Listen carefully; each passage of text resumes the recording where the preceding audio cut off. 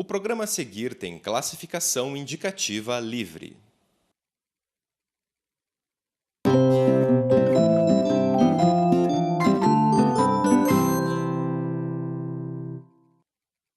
Olá, este é o programa Sem Brincadeira. Falamos de crianças, adolescentes, suas dificuldades.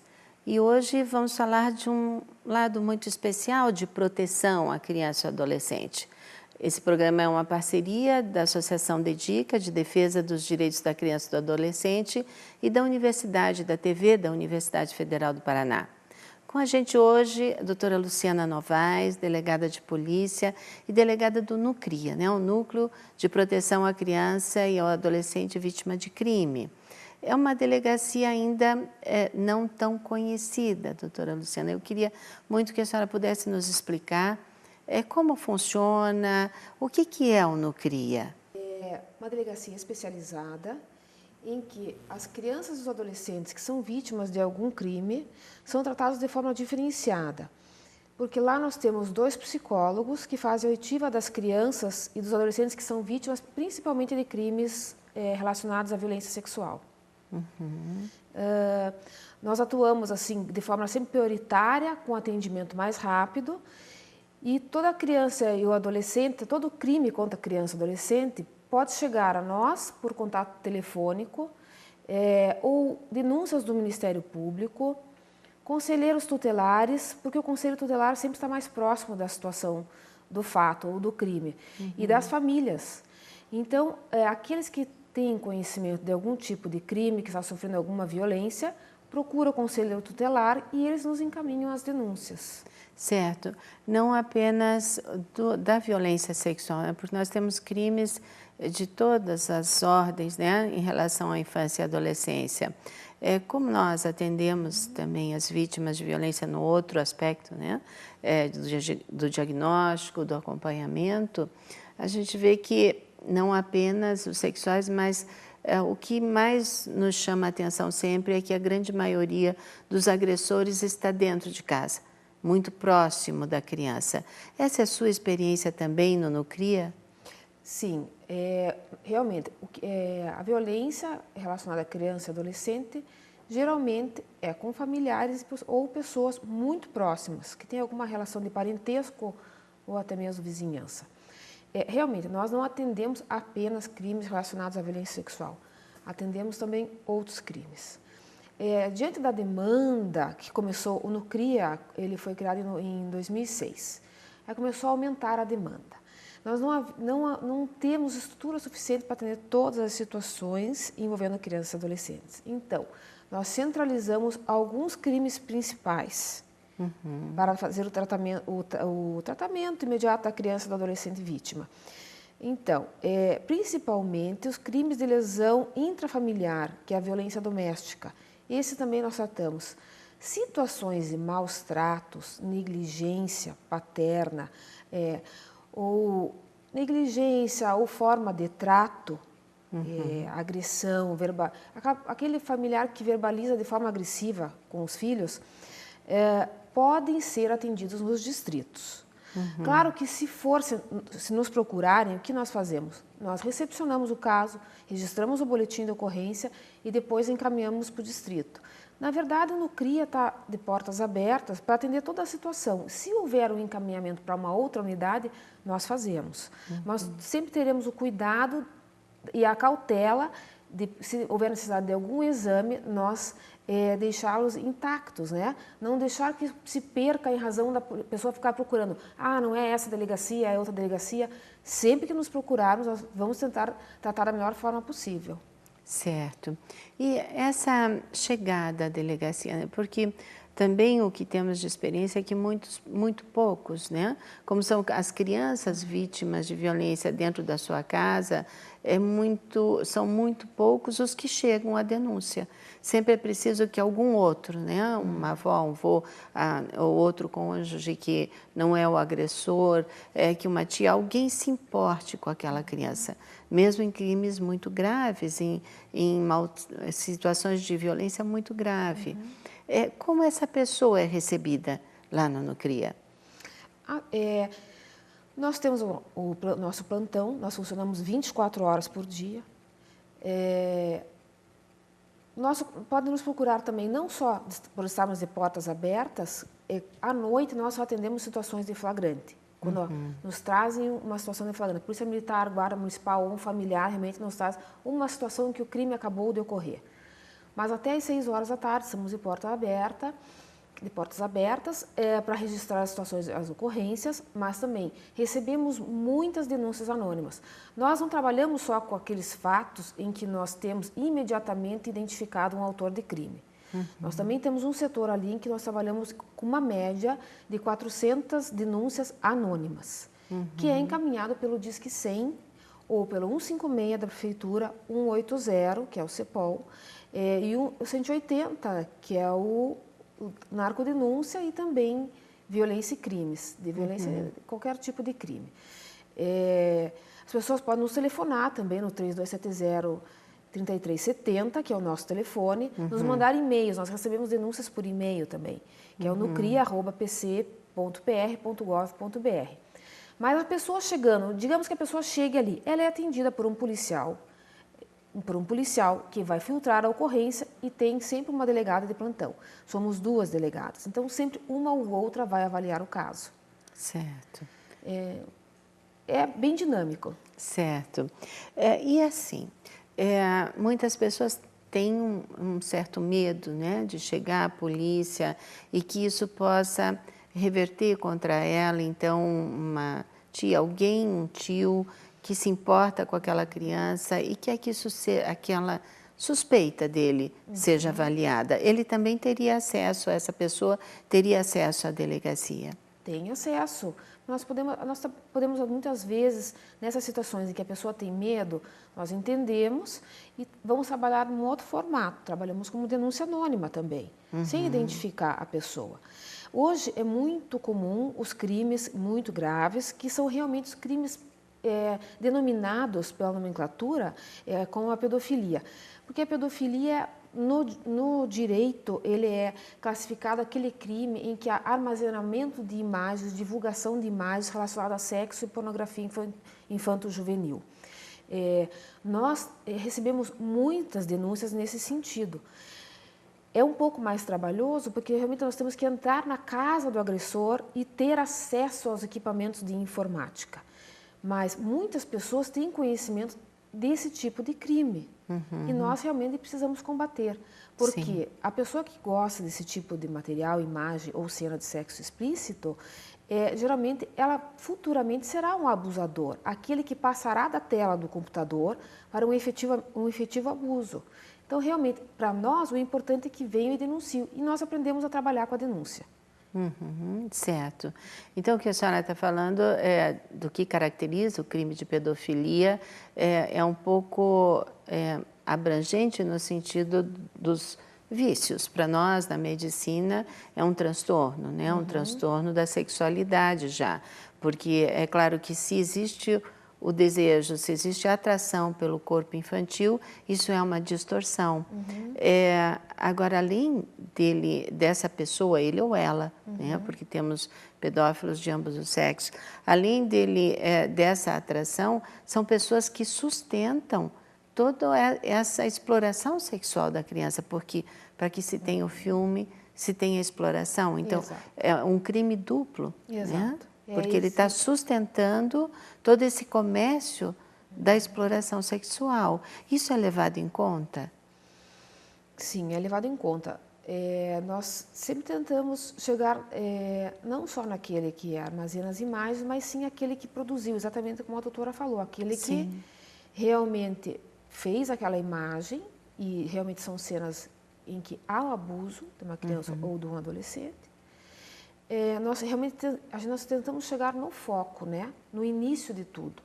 É um trabalho muito dificultoso, mas nós temos no Cyber, que é o núcleo de crimes de informática, eles nos dão muito suporte para que nós podemos realmente chegar à autoria de quem realmente, efetivamente abusou e produziu a imagem. Certo. É delicado, mas nós trabalhamos. Sim, sim. E de grande importância, Sim. né? Porque hoje, cada vez mais, os sites, a internet está sendo usada como forma de criar outras dependências, como a pedofilia. E isso, o passo, e ter certeza se essa pessoa se satisfaz só com as imagens ou vai passar ao ato, isso é impossível de se saber, não é mesmo? Se ele procura ou ela procura, é porque já existe um desvio. Exatamente. Exatamente. Mas é importante, doutora, assim, as pessoas estarem sempre atentas e os pais estarem atentos também na utilização da internet pelos filhos. Sim. Estarem realmente bem ligados, porque muitas vezes as crianças ou adolescentes são assujeitados a expor o próprio corpo, levadas a um equívoco, convencidas realmente pela inocência de que a exposição do corpo não vai trazer um problema. Mas nós temos verificado quantas crianças e adolescentes que chegam lá depois sofrendo por ter a imagem exposta. Então, realmente, os pais têm que estar atentos. Sim, e parece hoje até num sentido muito mais amplo, né? Porque quando a gente ainda conseguia pôr o computador no meio da sala e todos participavam do uso daquele computador, isso era mais restrito. Atualmente os computadores estão dentro dos quartos, mas mais que isso temos os iPhones, os iPads, que é uma criança tendo acesso a todo esse mundo sem nenhuma supervisão. Exato. É o controle, né? Realmente os pais têm que realmente voltar a impor limites. E acho que esse é um fator importante na utilização do computador, até do telefone celular. Os pais têm que impor os limites e olhar mais. É que gera um pouco de comodismo também, né? Porque os computadores, os telefones celulares praticamente passam a ser uma babá. Sim. E ocupa um pouco os filhos, a sobrecarga de trabalho dos pais hoje faz com que eles deem uma relaxada nesse sentido. Mas é importante voltar os olhos para a imposição de limites e observar o que é adequado. Está demais? Observe. E os professores das escolas também nos ajudam muito. Eles são realmente um olhar diferenciado. Eles conseguem perceber quando uma criança está um pouco diferente, mais isolada, um pouco mais agressiva ou mais introspecta. Também é um ponto importante, sim, para realmente denunciar situações diferentes que possam ser crimes. Certo. A gente vai fazer um pequeno intervalo e a gente volta já já. Falamos hoje, então, sobre uma delegacia muito especial, que atende crianças e adolescentes vítimas de violência, com a doutora Luciana Novaes. A gente volta já já. Então, legal.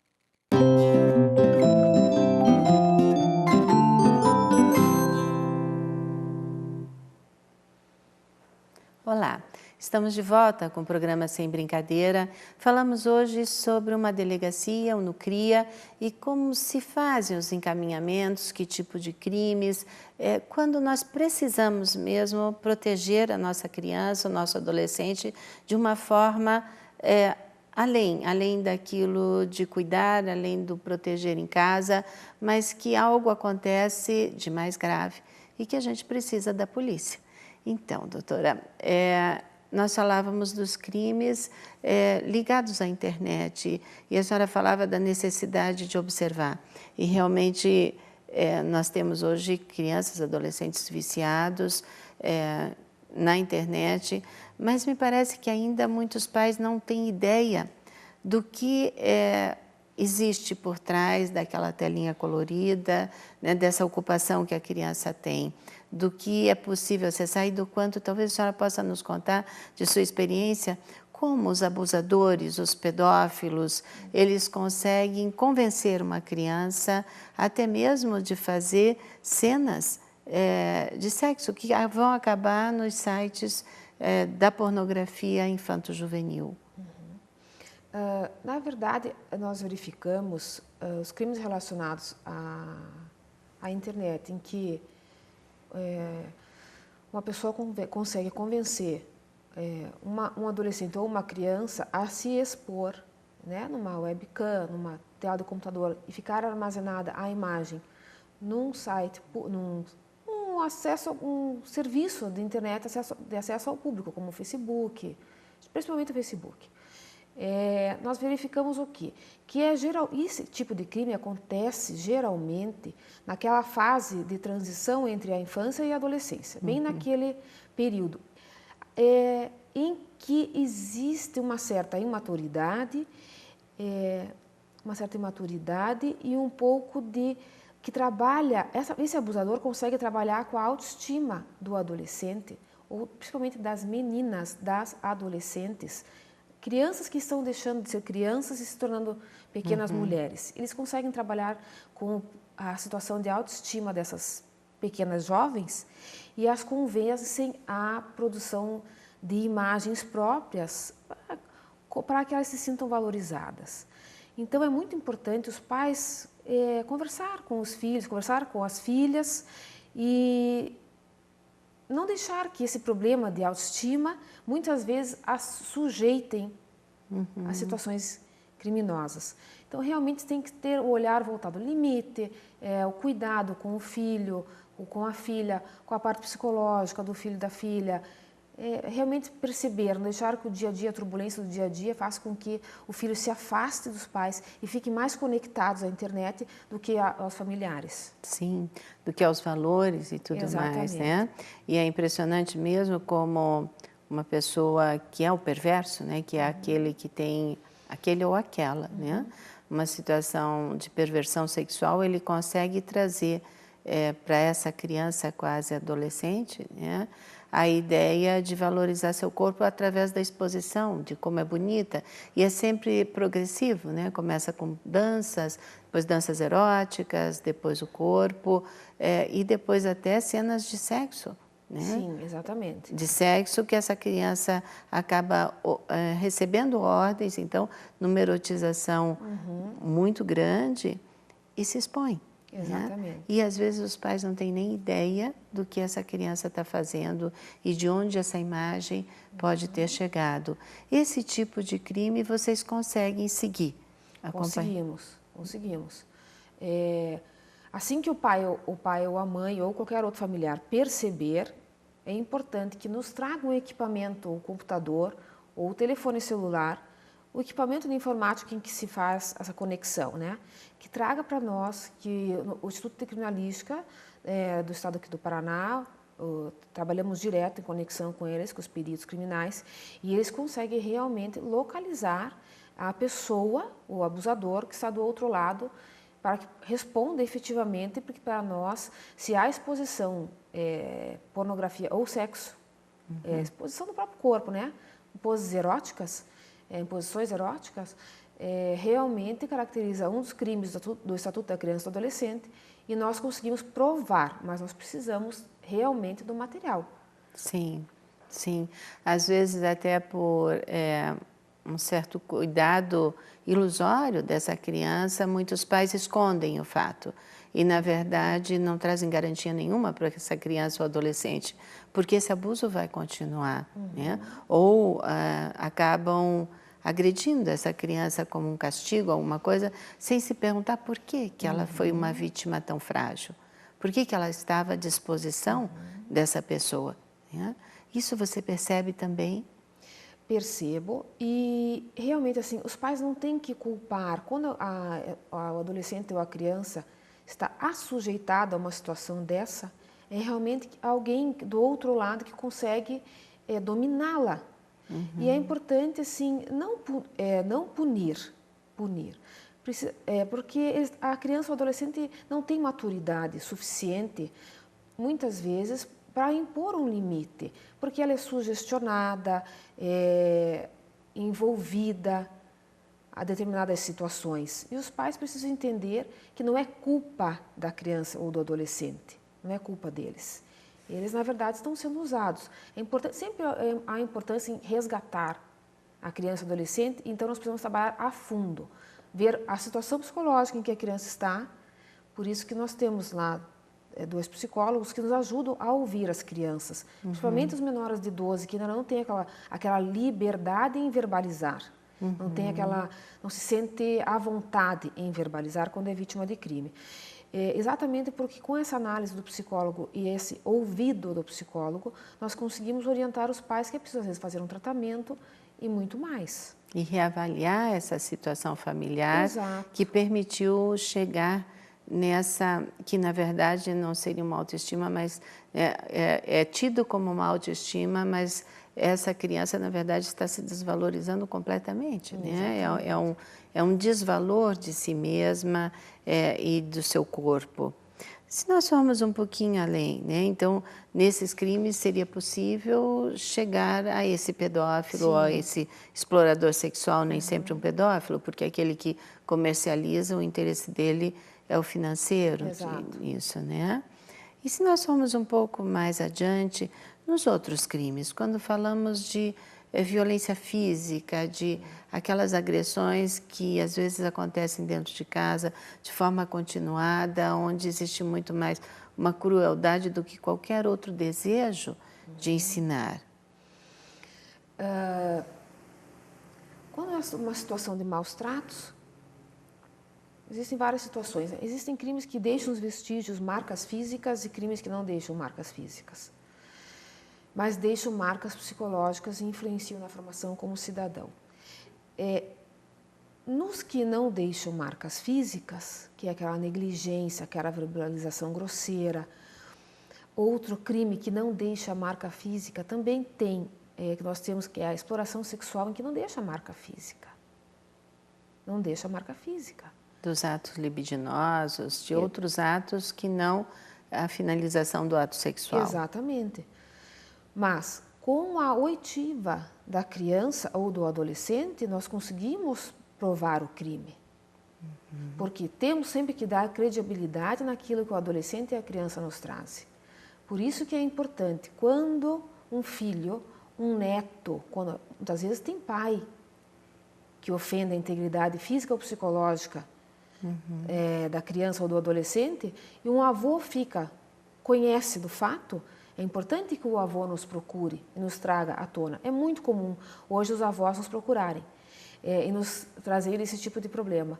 Então, avós, professores, todos aqueles que estão em contato, é importante que nos tragam essas informações para que nós possamos logo ouvir essa criança ou esse adolescente, nesses crimes que não deixam vestígios. Nos que deixam vestígios, também há urgência de que nos procurem para que nós possamos manter íntegras as provas. Nos crimes de violência física, nós precisamos de um exame a ser realizado pelo Instituto Médico Legal. Sim. Como no crime da internet, que nós precisamos do computador para encaminharmos ao Instituto de Criminalística. Então, sempre nós trabalhamos exatamente dessa forma dinâmica. Assim que chega a notícia, nós já disparamos os equipamentos ou a pessoa para fazer o exame, para que não se perca a situação do crime, mas sempre com muita cautela. Certo. E nós teríamos um outro tipo de crime, hoje, infelizmente, muito utilizado nas separações de casais, em processos de disputa de guarda, que são as falsas denúncias. Muitas vezes falsas denúncias, até de cunho sexual, nessa guerra que muitas vezes se faz, infelizmente, para as crianças, nos processos de separação, onde a criança passa a ser um instrumento ali nessa briga do casal. Como isso é visto? Porque, na verdade, quando eu levanto a suspeita de um crime que eu sei que não aconteceu, e submeto aquela criança a uma série de investigações, eu estou cometendo. Então, não é o crime, então, o crime não aconteceu, por exemplo, e se levanta a denúncia de abuso sexual pela outra parte, pelo outro cônjuge. Realmente isso é muito comum, e pela vivência, nós, quando já trazem esse tipo de notícia falsa, nós realmente já percebemos, mas em que pese perceber, nós efetivamente temos que também trabalhar com as denúncias falsas, provar que aquilo não ocorreu efetivamente. Então, faz realmente a polícia trabalhar de duas formas.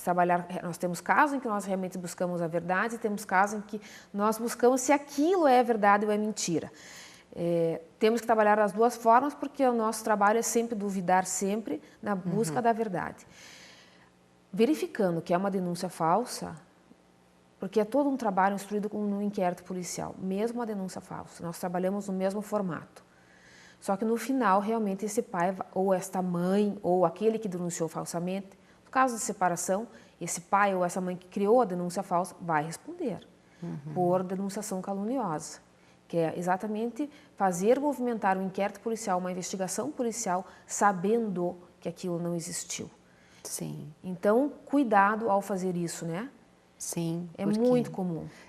Não só, mas o pior de tudo isso é a criança envolvida, porque se tanto se fala, né, que aquele ou aquela abusou, isso passa a ser uma verdade para aquela criança. E uma verdade conflituosa, misturada ao amor, misturada a um saber inconsciente que aquilo não aconteceu, e aquela afirmação, muitas vezes, daquele que tem a sua guarda e que ela tem uma dívida ali de amor com aquele. Então, nós dizemos que o abuso aconteceu, mas pela parte que denuncia. Exatamente. Então, acaba por acontecer pela parte que denuncia. Isso é visto como tal? É visto, exatamente. Nós temos essa visão e essa preocupação. E realmente sofremos em ver assim, os pais sujeitarem até, muitas vezes, a criança ou adolescente ser submetida a um exame, né, de corpo de delito. Sim. Que é ir... porque quando o crime, a suposição de que o crime aconteceu aconteceu ontem, nós encaminhamos ao Pequeno Príncipe. Que 72 horas de uma violência vai ao Pequeno Príncipe. Passado 72 vai ao IML. Mas a criança ou adolescente é exposto a exames, a questionamentos, a situações extremamente delicadas realmente, que ela é perquirida sob uma verdade contra um pai ou contra uma mãe. Então, realmente, o pai e a mãe que faz isso é um criminoso, porque está fazendo o filho ou a filha sofrer. Sim, e muito. Exatamente. Né? A gente está terminando o nosso programa, acho que foi muito bom poder conversar com a senhora, eu agradeço. Agradeço a atenção de vocês. E lembrem, a ideia de uma criança, de um adolescente, se ele está conosco, temos que proteger. Eles não podem ser usados para nenhum tipo de vingança, de maldade ou mesmo de exploração. A gente espera vocês na próxima semana com um novo tema do Sem Brincadeira. Até lá!